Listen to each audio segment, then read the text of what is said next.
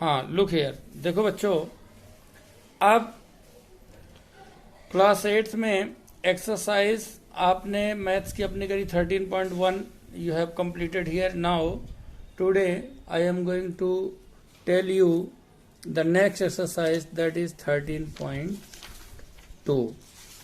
In your first exercise you have studied about the direct variation, and today I will tell you about the indirect variation.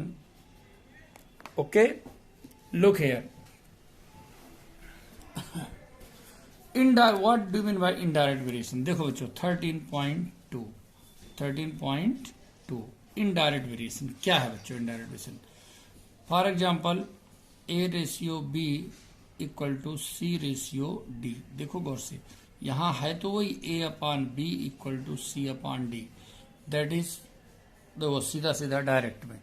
तो ratio process बच्चों same होता है, वो कभी change नहीं होता. हाँ, डायरेक्ट और इनडायरेक्ट में क्या होता है बच्चों? मेन होता है इसमें रखने का सिस्टम. जैसे मान लो बच्चों कोई भी पार्ट ए ले लो और बी ले लो बच्चों, अगर ये ए और बी दोनों इनडायरेक्ट वेरिएशन में हैं, आप देखिए गौर से, ठीक है. इसका मान लो तुम्हारे पास कोई पार्ट ले लो ए, और यह ले लो ए, और ये ले लो A1 और A2, इसको ले लो B1 और B2. अब देखो इफ इट इज इन, देखो इनवर्स वेरिएशन उसी को बोलते हैं, उसी को इनडायरेक्ट वेरिएशन बोलते हैं. Indirect variation.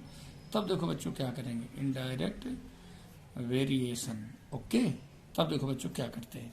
हम क्या करें बच्चों, यहां पर सीधा सीधा पार्ट है. अब मान लो बच्चों यहां पर देखो, अगर हमने इसको लिया A1/A2, तो यहां पर हमें लेना पड़ेगा B2/B1. तो ये बच्चों क्या प्रोडक्ट बन जाएगा तुम्हारे पास? A1 B1 और equal to A2 B2. That is direct. ये है इनडायरेक्ट वेरिएशन. बस यही देखना बच्चों. अब आपको अब देखना यहां पर बच्चों, देखो गौर से, जैसे कुछ क्वेश्चन दिए गए हैं, जनरली ओरली सॉल्व करना है. The number of workers on a job and the time to complete the job. देखो बच्चों, yes they are in inverse variation और इनडायरेक्ट वेरिएशन. क्यों? If you will increase the number of workers, then the time will decrease. या number of days will decrease. ध्यान रखिए गौर से. If you will decrease the number of workers, then the time taken will increase. यदि हम workers को कम करेंगे तो हमें डेज ज्यादा लगेगा, टाइम ज्यादा लगेगा.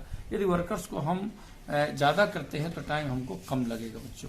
ये है इनडायरेक्ट वेरिएशन का तुम्हारा सीधा सीधा फंडा बच्चों. ये सही, बाकी तो तुम्हारे इसी प्रकार से केवल आपको बताना है. इसमें मेन चीज इसमें यही दिया गया है क्वेश्चन नंबर 4 से. If a box sweets is divided among 24 children, they will get 5 sweets each. How many would each get if the number of the children is reduced by 4. बच्चों मैं एक आपको ऐसा प्रोसेस बताऊं ताकि आपको कहीं सॉल्व करने में कोई प्रोसेस ना हो. कैसे? जैसे मैंने भी लास्ट एक्सरसाइज बच्चों आपको डायरेक्ट वेरिएशन बताया, मैंने एक टेबल के द्वारा बताया बच्चों. मैं इसको भी आपको टेबल के द्वारा बता रहा हूं, लेकिन थोड़ा सा आप समझिएगा इसको बस गौर से. There are 2 parts. पहले यहां पर बच्चों क्या है, सबसे पहले हमारे पास यहाँ बच्चों नंबर ऑफ चिल्ड्रन. क्या? Number of children. और दूसरा है नंबर ऑफ स्वीट्स. इधर देखो, आप देखना गौर से. जब हमारे पास चिल्ड्रन थे 24, तो हर बच्चों को कितने पीसेस मिलते थे? 5 स्वीट्स. अब वो क्या करा है कि if the number of children is reduced by 4, यानी जो नंबर ऑफ चिल्ड्रन है वो रिड्यूस कर दिए गए, यानी 24 से 4 रिड्यूस कर दिए, तो स्वाभाविक अब उनको कितना मिलेगा? How many pieces of sweets? हमने लिख लिया x. क्या लिखा? x. अब एक चीज देखिए, ये इनडायरेक्ट वेरिएशन क्यों है बच्चों? यदि नंबर ऑफ चिल्ड्रन ज्यादा है, देखो पीसेस तो हमारे पास, मान लो हमारे पास 50 या 30 जो भी पीस टोटल हमारे पास स्वीट्स पीसेस है वही है. अब यदि नंबर ऑफ चिल्ड्रन ज्यादा होंगे तो स्वाभाविक हर बच्चे को कम मिलेगा, और यदि नंबर ऑफ चिल्ड्रन हमारे पास कम है तो वो फिर पीसेस क्या होगा? ज्यादा मिलेगा. देखना बच्चों, तो that is known as the indirect variation. अब यहां लिखोगे since it is direct, it is indirect variation. और अगर अच्छा कोई पूछे कि आप इसका रीजन भी लिखो क्यों, तो उसका रीजन लिख सकते हो. यहां लिखोगे इफ. क्या लिखोगे? If number of children increase, क्या लिखोगे, इंक्रीज, क्या लिखोगे, increase, number of children increase, then number of sweets, number of sweets decreases, क्या, नंबर ऑफ स्वीट्स डिक्रीजेस। तो देखो गौर से, ये इसका तरीका कितना, देखो number of sweets are decrease कर दो, कोई डाउट। अब देखो गौर से, इफ देखो that is the reason it is indirect variation. अब इनडायरेक्ट वेरिएशन है तो कैसे लिखोगे, इसको लिखने का तरीका, देयरफॉर 24 रेशियो माइनस कर दो, यू हैव गॉट 20, और ये तुम्हारा बच्चों इनवर्स, ये थोड़ा रिवर्स हो जाएगा, x ratio 5, that is indirect variation. अब 24 upon 20 equal to x upon 5, process will be same, पहले x का करिए 20x equal to 24 into 5, then you have got here x equal to 24 into 5 upon 20, so 5 4 ja, then 5 4 6 ja, and 6 sweets each student, 6 sweets. Any doubt? That is the question and its answer. Okay, next question बच्चों, अब आप देखेंगे next question में क्या बच्चों, गौर से आप देखिए, नेक्स्ट क्वेश्चन नंबर 5 ले लो अभी, देखिए क्वेश्चन नंबर 5, क्वेश्चन नंबर 5 है, a farmer has enough food for feed 20 animals in his cattle for 6 days. Okay, how long would the food last if there were 10 more animals in his cattle. इधर देखो कितना बढ़िया question है, यहाँ पर हमारे पास वही देखो कितना सिंपल क्वेश्चन बच्चों, बस पार्ट हमारे पास वही है दो, आप इसे बनाइए 1 2। सबसे पहले हमारे पास यहाँ बच्चों 2 पार्ट्स है इसके, एक है हमारे पास नंबर ऑफ एनिमल्स और दूसरा नंबर ऑफ डेज, तो आप यहाँ लिखेंगे number of animals, number of animals, लिखेंगे नंबर ऑफ डेज, अच्छा देखो नंबर ऑफ एनिमल्स कितने बच्चों यहाँ पर 20 और नंबर ऑफ डेज कितने हैं 6। अब बच्चों जो नेक्स्ट है, अब क्या कह रहा है 10 मोर एनिमल्स कम, अब 20 है उसमें 10 और आगे, तो अब दिन कितने लगेंगे, अब यहाँ लिखोगे since it is indirect variation,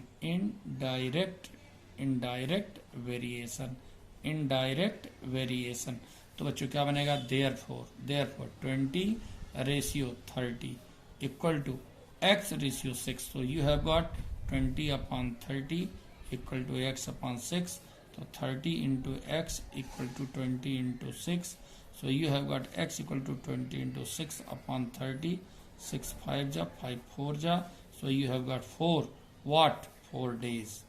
Any doubt? ये लो बच्चों, अब देखो नेक्स्ट क्वेश्चन 7 ले लेते हैं, देखो 5 7। अब देखो बच्चों मैं लगातार क्वेश्चन इसलिए बता रहा because the process are same and you have to solve your question directly by same method. Okay, बस अब केवल वैल्यू केवल चेंज करना देखना। देखो और एक चीज और तुम देखो बच्चों, मैंने कहीं कोई मेथड चेंज नहीं करता, मैं एक जैसा लेके चलता हूँ ताकि मेरे बच्चों को किसी प्रकार का प्रॉब्लम ना हो। देखो बच्चों एक चीज जरूर करिए कि पूरा वीडियो देखा करो तुम लोग और सब्सक्राइब किया करो, इससे आपके स्कूल का नाम जाता है, ठीक है। और बच्चों निश्चित रूप से विद्यालय से आप जुड़े हैं, आपसे विद्यालय जुड़ा है और ऐसा काम करना चाहिए, अच्छा काम करिए, ठीक है, ताकि लोग आपसे सीखें, आपके विद्यालय का लोग एग्जाम्पल दें। ओके बच्चों, अब देखिए a batch of bottles were packed in 25 boxes, number of boxes here, then with 12 bottles या number of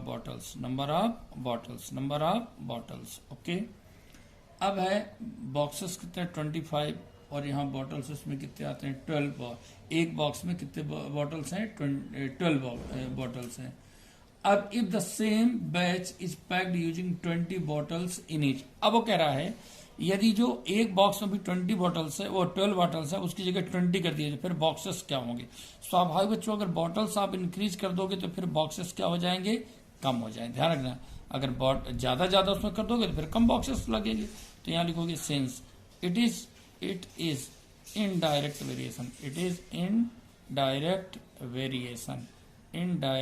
variation therefore 25 ratio x equal to 20 ratio 12, तो 25 upon x equal to 20 upon 12, तो ये आप x का पहले करिए 20 इंटू एक्स इक्वल टू 12 25, तो x equal to 12 into 25 upon 20, 5 से 4, 5 से 5, 4 से 3, so you have got 15, what 15, what 15 boxes, you need only 15 boxes, okay। अब देखिए क्वेश्चन नंबर, अब कोई भी ले लो, क्वेश्चन नंबर हम ले लेते हैं, चलो इसमें 9, क्वेश्चन नंबर 9। अब देखो 9 में a car takes 2 hours to reach a destination by traveling the speed of 60 km। तो there are two parts here। यहाँ एक तो स्पीड दिया है, दूसरा टाइम दिया। बच्चों सिंपल सी बात है, स्पीड और टाइम एक दूसरे का इनडायरेक्ट वेरिएशन में होते हैं। क्यों होते हैं? If you will increase the speed you will take less time, if you will decrease the speed you will take more time. तो स्वाभाविक एक दूसरे का अपोजिट है। यहाँ आप लिखेंगे स्पीड किस में है, किलोमीटर पर आवर में, एंड टाइम, टाइम किसमें दिया बच्चों आपका, टाइम दिया आवर्स में। बस अब स्पीड कितनी है आपकी 60 और टाइम कितना लग रहा है आपको 2 आवर्स। अब वो नेक्स्ट कह रहा है कि यदि स्पीड कर दी जाए 80 तो what will be the time. So simple question, since it is indirect variation, indirect variation, indirect variation, therefore 60 ratio 80 equal to x ratio 2, so you have got here 60 upon 80 equal to x upon 2, multiply it, you have got 80 into x equal to 60 into 2, so you have got here 60 into 2 upon 80, okay, 80, so 0 0 2 3 ja 2 4 ja 2 2 ja, so you have 3 upon 2, 1.5 hours, 1.5 hours। Any doubt? Then last question of this exercise, that is a school has 8 periods a day, each of the 45-minute duration।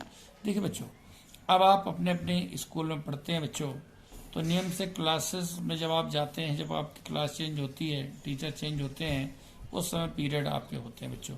तो यहाँ लिखेंगे आप number of periods, number of periods. मान लो बच्चों आपका school 4 hours 5 hours या 6 hours के लिए लगता है बच्चों, तो स्वाभाविक उसमें पीरियड कितने हो सकते हैं, जितना ज्यादा ड्यूरेशन होगा पीरियड उतने कम होंगे, जितना कम ड्यूरेशन होगा पीरियड उतने ज्यादा होंगे, ठीक।